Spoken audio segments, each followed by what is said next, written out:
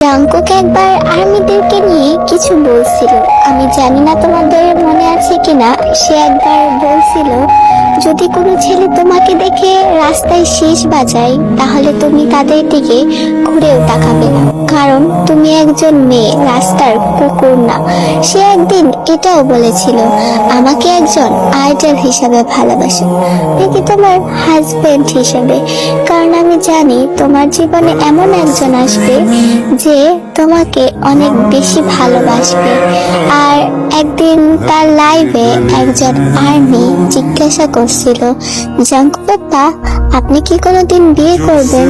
তখন জাংকুক সেই কমেন্টের রিপ্লাই দিছিল যে না, আমি কখনো বিয়ে করব না, কারণ আমি আমার আর্মিদেরকে অনেক বেশি ভালোবাসি, অনেক বেশি। আর্মিস আর মাই এভরিথিং, ইউ নো।